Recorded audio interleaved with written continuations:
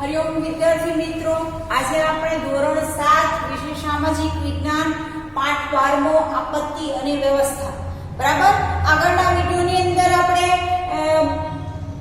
બીજી આપત્તિઓ વિશે જોયું હતું, ધરતીકંપ, વાવાઝોડું બરાબર।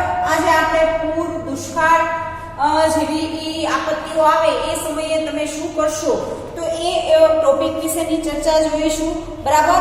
હવે પૂર આવે છે બરાબર। હવે પૂર કોને કહેવાય? આપણે ખબર જ છે કે પૂર ચોમાસાની ઋતુમાં આવે છે બરાબર।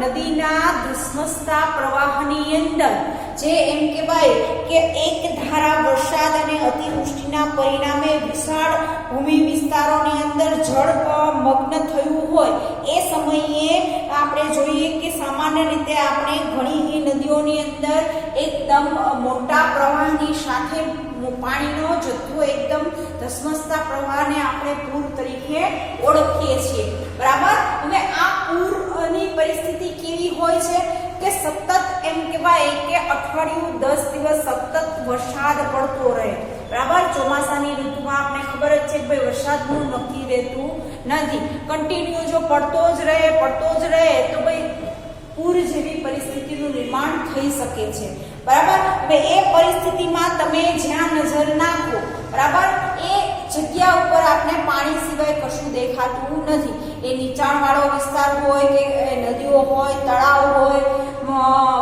ગમે એ જગ્યાએ તમે જુઓ તો ભાઈ બધી જ જગ્યાએ આપણે પાણી જ દેખાય છે બરાબર। કુદરતી ઢોળાવો પર ના બાંધકામ છે, જળ નિકાલના માર્ગો છે, અવરોધ બરાબર, માનવ સર્જિત ઘણી બધી એવી જગ્યાઓ છે। આપણે જોઈએ છીએ કે શહેરની અંદર રહેતા આપણે હજી તો વરસાદ પડ્યો નથી ને આપણા રસ્તા બધા બ્લોક થઈ જાય છે। આપણા ઘરની આજુબાજુ તમે જુઓ કે તમારી સોસાયટીની આજુબાજુ ઘણા રસ્તા ઉપર એમ કહેવાય કે કમરથી ઉપર સુધી પાણી ભરાયેલા રહે છે, ગટરનું પાણી બેંક મારે છે।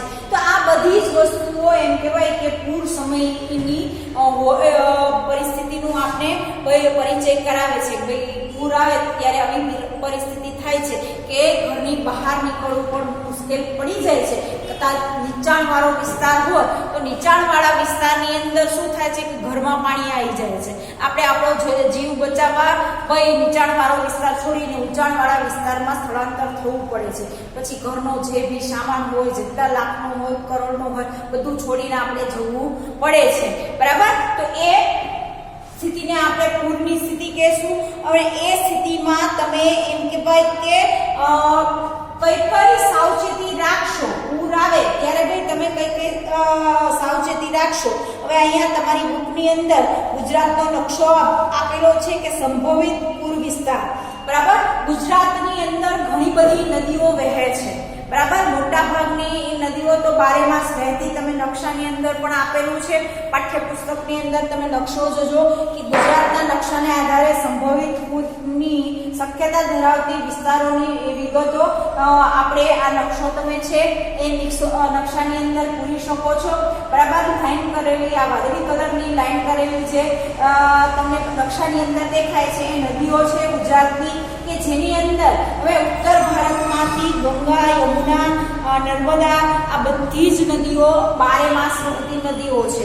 તો એ નદીઓનું પાણી એમ કહેવાય કે એટલા મોટા વેગથી આવે જ્યારે એમ કહેવાય કે વધુ પડતો વરસાદ પડે તો એ સમયે એમ કહેવાય કે પૂર જેવી પરિસ્થિતિનું નિર્માણ થઈ શકે છે બરાબર। તો એ સ્થિતિની અંદર આપણે સલામત સ્થળે ખસી જવું જોઈએ, જે એમ કહેવાય કે સૂચનો આપણે મળે બરાબર। પૂર પહેલા, પૂર હોય એ સમયે અને પૂર પછી ભાઈ આપણે કઈ સાવચેતી રાખશું એ તમારા પાઠ્યપુસ્તકની અંદર આપેલું છે।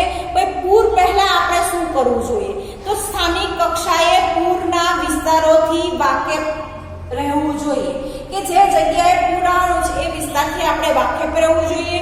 ઊંચાઈ વિસ્તારોની માહિતી રાખો અને પૂર દરમિયાન ત્યાં સ્થળાંતર કરો। હવે આપણે ખબર જ છે કે આપણે નીચાણવાળા વિસ્તારમાં રહીએ છીએ અને આપણે ખબર પડી જાય કે ભાઈ પૂર આવવાની કન્ડિશન થઈ રહી છે તો ભાઈ આપણે સલામત સ્થળે ચાલ્યું જવું જોઈએ બરાબર। આપણે રાહ જોઈને એવું નહીં આપણા ઘરમાં પાણી આવે પછી આપણે જશું એવું વિચારવું જોઈએ નહીં। ઊંચાણવાળા વિસ્તારમાં આપણે સલામત રીતે જતું રહેવું જોઈએ। પૂર તંત્ર દ્વારા અપાતી ચેતવણી મુજબ આપણે આપણે બળતું જોઈએ. હવે એ સમયે એમ કહેવાય કે આપણે જે પણ તંત્ર દ્વારા સૂચના મળે એનો આપણે અમલ કરવો જોઈએ. પૂર દરમિયાન એમ કહેવાય કે ઘરના ગેસ, વીજળીના જોડાણો બંધ કરી દેવા જોઈએ. તમારા વાહન પૂરમાં ફસાય ત્યારે તરત જ તેની બહાર નીકળી જવું. 7 થી 8 વ્યક્તિ જૂથ બનાવી એકબીજાના હાથ પકડી પ્રવાહ બહાર નીકળવાનો પ્રયત્ન કરવો. બરાબર, પૂરની સ્થિતિ હોય ને એકદમ પાણી ભરાયેલું હોય અને એ સમયે આપણે એવું વિચારીએ કે ના હું મારું વાહન ને હું બધું એકલો નીકળી જઈશ, એ વસ્તુ કરવી જોઈએ નહીં. એ સમયે આપણે બીજા કોઈ પણ વ્યક્તિનો સહારો મળતો હોય, ભાઈ 7-8 જણા એક સાથે તમે એ પૂરની અંદરથી પસાર થવું હોય તો ભાઈ એકબીજાને સપોર્ટ આપીને આપણે નીકળી શકશું. એકલા આપણે ખબર જ છે કે પાણીના વેગને આપણે ટક્કર આપી શકતા નથી, તો એ સમયે એકલા હિંમત કરવી જોઈએ નહીં. આપણે જે પણ વાહન હોય, જે પણ જગ્યાએ પડ્યું હોય પડ્યું રહેવા દેવાનું, આપણે સલામત સ્થળે ચાલ્યું જવાનું. બરાબર, પ્રાણીઓને ખીલેથી છોડી મૂકવા, તે છૂટા હશે તો એ પણ ભાઈ પોતાની જાતે ભાઈ સલામત જગ્યા ગોતી લેશે કે જ્યાં એ ડૂબી ના જાય, મરી ના જાય. બરાબર, એ લોકોને પણ એટલી ભગવાને શક્તિ આપેલી છે ભાઈ એ લોકો પણ એ જગ્યાએ સલામત રીતે જઈ શકે છે. પછી ભાઈ પૂર આવ્યા પછી પૂરના પાણી એમ કહેવાય કે ઉતરી જાય એ સમયે આપણે જે પણ પૂરના પાણી ઉતરી ગયા છે જે વિસ્તારની અંદર, તો એ વિસ્તારની સાફ સફાઈ, દવાનો છંટકાવ એ બધું જ ના થાય ત્યાં સુધી એમ કહેવાય કે આપણે શાંતિથી જે જગ્યાએ છીએ, જે વિસ્તારમાં છીએ એ જગ્યાએ રહેવું જોઈએ. પછી તો ભાઈ પાણીની અંદર જંતુનાશક દવાનો ઉપયોગ કરી અને ભાઈ પીવાનું પાણી છે, ખોરાકનું પાણી છે, બધું જ પાણીનો ઉપયોગ પછી કરવો જોઈએ. આપણે ખબર જ છે કે ચોમાસાની ઋતુમાં ભાઈ પાણી ખરાબ પણ આવી શકે છે. હવે એ બોરવેલનું હોય કે નળનું હોય તો એ સમયે આપણે એમ કહેવાય કે દવા નાખીને આપણે ઉપયોગમાં લઈએ તો એ વધારે સારું રહેશે. સાપ, વીછી, ઉપદ્રવ જેવા એમ કહેવાય કે સામે આપણે સજાગ રહેવું જોઈએ. આપણે ખબર જ છે કે ચોમાસાની ઋતુમાં આવા જીવજંતુઓ પણ આપણે જોવા મળે છે, તો એ જીવજંતુઓથી દૂર રહેવાના આપણે પ્રયત્ન કરવા જોઈએ. એવી જગ્યાએ આપણે અજાણી જગ્યાએ જવું ના જોઈએ. બરાબર, જો આવી આપણે સાવચેતી રાખીશું તો ભાઈ પૂર સામેની પરિસ્થિતિનો આપણે સામનો કરી શકશું. પછીનો આપણો ટોપિક આપણે જોઈએ છીએ કે ભાઈ તમારા ગામ, શહેર માં પાણી ભરાયું હોય તો તે વિસ્તારોની તમે યાદી બનાવી શકો છો. પછી છે કે ગામ, શહેરમાં પડતા વરસાદ પાણીના નિકાલ માટેની કઈ વ્યવસ્થા છે એ બધું જ જો તમારે કરવું હોય તો પણ તમે ભાઈ કરી શકો છો. ભાઈ તંત્ર દ્વારા કેવા કામ કરાય છે, પૂરની સમસ્યા હલ કરવા કયા કયા પગલાં લેવાના એને વિશે પણ ટૂંકમાં તમે માહિતી લખી શકો છો, એની પણ નોંધ બનાવી શકો છો. બરાબર, હવે આગળનો આપણે ટોપિક જોઈએ દુષ્કાળ. હવે દુષ્કાળ જેવી પરિસ્થિતિ આવે છે. હવે દુષ્કાળ કોને કહેવાય? દુષ્કાળ એ વિનાશકારી લાંબા સમય સુધી પોતાની માઠી અસરો છોડી દે છે. દુષ્કાળ મેં તમને કીધું કે ઓછામાં ઓછા 5 કે 6 કે 7 વર્ષ સુધી કન્ટિન્યુ વરસાદ ના પડે, બરાબર, પાણીનું ટીપું પણ ના રહે, એવી પરિસ્થિતિને આપણે દુષ્કાળ કહીએ છીએ. હવે આ પરિસ્થિતિની અંદર, દુષ્કાળની અંદર એમ કહેવાય કે લોકો પીવાના પાણી માટે પણ ટરવડતા હોય, પશુ પંખી પણ પાણી વગર ટરવડતા હોય ને મરી જતા હોય. જ્યાં જુઓ ત્યાં તમને એમ કહેવાય કે પાણી વગર જીવ જંતુ, પ્રાણીઓ બધા જ એમ કહેવાય કે પાણી અને ખોરાક વગર આપણે ખબર જ છે કે આપણે જીવી શકતા નથી. તો એ સમયે દુષ્કાળની પરિસ્થિતિની અંદર તમને આવા જ દ્રશ્યો જોવા મળશે.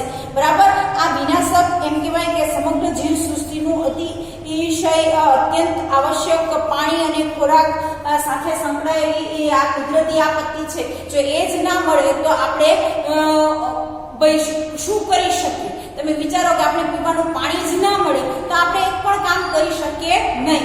એક દિવસ કદાચ આપણા ફ્લેટની કે આપણા વિસ્તારની મોટર બગડી હોય એટલે પાણી ના આવે તો આપણે કેવો અનુભવ કરીએ છીએ? બરાબર, ઘરમાં એમ કહેવાય હાથ ધોવાનું પણ પાણી નથી રહેતું. બરાબર, તો એ પરિસ્થિતિ તમે વિચારો કે 5-6 વર્ષ સુધી પાણી ના હોય, જમીનમાં પણ પાણી ના હોય તો એ સમયે કેવી મનુષ્યની પરિસ્થિતિ થતી હશે, પ્રાણીઓની પરિસ્થિતિ કેવી હશે, ભૂખમરો, જાનહાનિ, આ બધી જ વસ્તુઓ દુષ્કાળની પરિસ્થિતિની અંદર આપણે જોવા મળે છે. બરાબર, હવે દુષ્કાળની પરિસ્થિતિ સામે દુષ્કાળ પહેલા, દુષ્કાળ હોય ત્યારે અને દુષ્કાળ પછી ભાઈ તમે કઈ કઈ સાવચેતી રાખશો એના વિશે જોઈએ. તો પાણીનો ઉપલબ્ધ જથ્થો મુજબ આયોજન કરવું, ટપક સિંચાઈ પ્રચાર કરવું. બરાબર, આપને ખબર જ છે કે અત્યારે આપણે ટપક સિંચાઈ પદ્ધતિ જાણીએ છીએ. એ સિંચાઈ પદ્ધતિ નો ઉપયોગ કરીશું, પાણીને રોકીશું, વરસાદી પાણીનો સંગ્રહ કરીશું, તો ભાઈ આ દુષ્કાળ જેવી પરિસ્થિતિનો સામનો કરવો પડશે નહીં. અનાજમાં માપ બંધી દાખલ કરીશું, અનાજ જેટલી જરૂરિયાત છે એટલું જ આપીશું. અનાજનો બગાડ અટકાવવા ભોજન સમારંભો પર પ્રતિબંધ મૂકશું. આપણે જોઈએ છીએ ભોજન સમારંભની અંદર ઘણો બધો બગાડ થાય છે. કોઈ પણ તમે લગ્ન પ્રસંગ લઈ લો, તમારા હોય કે આજુબાજુ વાળાના હોય, આપણે જોઈએ છીએ કે લગ્ન પ્રસંગની અંદર અનાજનો ખૂબ જ બગાડ થાય છે. તો એ વસ્તુ આપણે કરવી જોઈએ નહીં. આપણે ખબર જ છે કે આપણી જેટલી જરૂરિયાત હોય એટલો જ ખોરાક આપણે લેવો જોઈએ. પછી છે દુષ્કાળ દરમિયાન રાહત દરે અનાજ વિતરણની વ્યવસ્થા ગોઠવવી જોઈએ.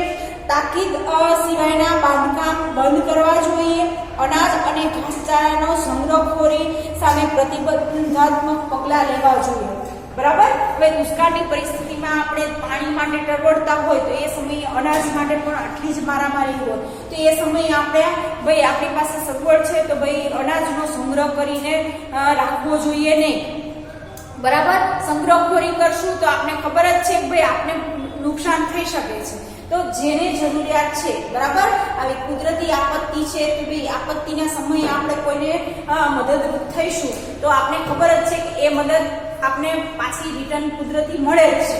બરાબર, આપણે કોઈને મુશ્કેલીમાં સાથ આપ્યો હશે તો એ ભગવાનના આપણે કઈ ભગવાનના ચોપડામાં લખાય જ ગયું છે. આપણે એમ થાય છે કે ભાઈ એ વસ્તુ આપણે કરી છે તો આપણે એનો બદલો નથી મળતો, પણ જ્યારે પણ આપણા ઉપર મુસીબત આવે છે ત્યારે કોઈને કોઈ આપણી ઉપર બાજુમાં આવી જાય છે તો એ આપણે મદદરૂપ થઈ શકે છે. તો એ વસ્તુ પણ આવી પરિસ્થિતિની અંદર આપણે ધ્યાન રાખવું જોઈએ કે એ વસ્તુ આપણે કરવી જોઈએ નહીં. બરાબર, પછી ભવિષ્યના આયોજનમાં જળ સંચયના કામોને અગ્રસરતા આપવી જોઈએ. ભાઈ ભવિષ્યમાં ફરી આવું ક્યારેય થાય ન થાય એના માટેના આપણે કામ કરવા જોઈએ. મેં તમને કીધું ભાઈ વરસાદનું પાણીનો સંગ્રહ કરો. આપણે જોઈએ છીએ કે આપણી છત ધાબા ઉપરથી જે પાણી ગટરોની અંદર વહી જાય છે એની બદલે આપણે આપણા બોરવેલની અંદર એ ચોખ્ખું પાણીનો સંગ્રહ કરીશું. બરાબર, તો એ ભૂગર્ભ જળમાં સારી રીતે જશે. જ્યારે ગટરનું પાણી છે આપણે ખ્યાલ જ છે કે ગટરની અંદર વહીને ખરાબ થઈને જશે. જ્યારે એમ કહેવાય કે સીધું આપણે ભૂગર્ભમાં ઉતારીશું તો એ પાણીનો આપણે ફરી ઉપયોગ કરી શકશું પીવા અંદર, ખેતીની અંદર. બરાબર, તો એ વસ્તુ કરવી જોઈએ. પછી અનાજ ના જે એમ કહેવાય કે અનાજ સંગ્રહના જે સ્થળો છે એ વ્યવસ્થિત સલામત રીતે હોવા જોઈએ. અનાજ બગડે નહીં, વર્ષો સુધી સચવાયેલું રહે. બરાબર, તેનો ઉપયોગ આપણે આવા કટોકટીના સમયે કરી શકીએ એ વ્યવસ્થા પણ હોવી જોઈએ. એ દુષ્કાળની પરિસ્થિતિ હોય, પૂરની હોય કે વાવાઝોડાની હોય, આવી કોઈ પણ આપત્તિ આવે તો જો આપણે પાસે અનાજ હશે તો આપણે વિતરણ કરી શકશું. તો એ અનાજની વ્યવસ્થા, સંગ્રહની વ્યવસ્થા પણ આપણી પાસે હોવી જોઈએ. નદીઓને એકબીજા સાથે જોડાય અને સમુદ્રમાં વહી ના જાય એના માટે પણ આપણે જોઈએ છીએ કે સરકારશ્રી દ્વારા ઘણા નાના ચેકડેમોથી માંડી તળાવ છે, બરાબર, કૃત્રિમ રીતે તળાવોનું સર્જન કરી અને વરસાદી પાણીને રોકવાના પ્રયત્નો થઈ રહ્યા છે. તો એ વસ્તુ એમ કહેવાય કે આપણે પણ કરી શકીએ છીએ, એમાં આપણે પણ ભાગ ભજવી શકીએ છીએ. આવી આપણે સાવચેતી રાખીશું તો ભાઈ કુદરતી જેટલી પણ આપત્તિઓ આવે છે એ આપત્તિનો સામનો આપણે સરળતાથી કરી શકશું. પછી ભલે ધરતીકંપ હોય, વાવાઝોડું હોય, સુનામી હોય, દુષ્કાળ હોય કે પૂર હોય, બરાબર, એની અંદર આપણે આપણો સ્વ બચાવ ને આપણે જે સૂચના મળે છે, બરાબર, એ સૂચનાનો અમલ કરીશું તો આવી મુશ્કેલીઓમાંથી આપણે બચી શકશું. બરાબર, આટલી આપત્તિઓ છે. આ પાઠની અંદર છેલ્લો આપણે ટોપિક આપેલો છે કે આપત્તિઓની અસર શું થાય છે. આવો પ્રશ્ન આવે તો પાઠ્યપુસ્તકમાં તમને પોઈન્ટ વાઇઝ આપેલું છે. બરાબર, દરેક આપત્તિઓની અસર આપણે જુદી જુદી જોવા મળે છે. બરાબર, હવે ભૂકંપ આવ્યો હોય તો આપણે ભૂકંપની અસર માનવ સમુદાયને નુકસાન થાય છે. બરાબર, વૃક્ષો છે, મકાનો છે, પ્રાણીઓ છે, એ બધું જ એમ કહેવાય કે ધરતીકંપ આવે તો એ સમયે બધું ઝૂંપડી ભાંગે છે, જે વિસ્તારની અંદર હોય છે, તો ત્યાં એમ કહેવાય કે પારાવાર નુકસાન થતું આપણે જોવા મળે છે, બરાબર, જાન માલ બધું જ. પછી આપત્તિગ્રસ્ત ક્ષેત્રોના રસ્તા, મકાન, જાહેર સગવડો, મકાનો ફરી બાંધવામાં વર્ષો નીકળી જાય છે. મેં તમને કીધું 2001ની સાલની અંદર જે ધરતીકંપ આવ્યો હતો, એ ધરતીકંપ ફરી કચ્છ ઊભું કરતા ઓછામાં ઓછા મેં તમને કીધું 2 થી 3 વર્ષ લાગે છે. ફરી મકાન બનાવો, ફરી એ બધી જ વ્યવસ્થાઓ ઊભી કરો, એની અંદર 2 થી 3 વર્ષ ઓછામાં ઓછા આપણે લાગી જાય છે. શું કામ કે બધું વેરવિખેર થઈ ગયું હોય એને ફરી ઊભું કરવું આપણે ખબર જ છે કે ખૂબ જ મુશ્કેલ ભર્યું કામ છે, બરાબર. જે પરિવારોએ પોતાના સ્વજનોને આપત્તિના કારણે ગુમાવ્યા હોય તેવા લોકોને આપણે ભારે શોક અને એમ કહેવાય કે હતાશા ઘેરી વળે છે, બરાબર. હવે તમે જુઓ કે એક સાથે ઘરના બધા જ સભ્યો મૃત્યુ પામ્યા હોય આવી આપત્તિ વખતે, અને એકાદ વ્યક્તિ બચી ગયું હોય તો ભાઈ એ વ્યક્તિ એકલું કઈ રીતે રહે, શું મેનેજ કરે, એ બધી જ વસ્તુઓ આપણે જોઈ શકીએ છીએ કે ભાઈ એવા સમયે શું કરીએ, બરાબર.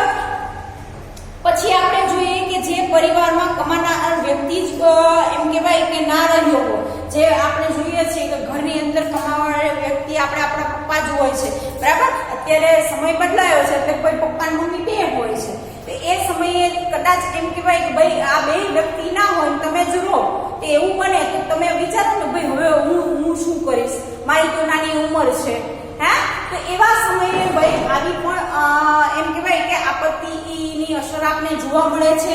એવા લોકો પણ તમને જોવા મળે છે કે ભાઈ એવા બાળકો પણ હશે, વૃદ્ધો પણ હશે, બરાબર, યુવાનો પણ હશે, બધા જ હશે, સ્ત્રી હશે, પુરુષ, નાના બાળકોથી લઈને બધા જ લોકો એમ કહેવાય કે પોતાના પરિવારને, પોતાના સ્વજનને ગુમાવેલા જોવા મળશે.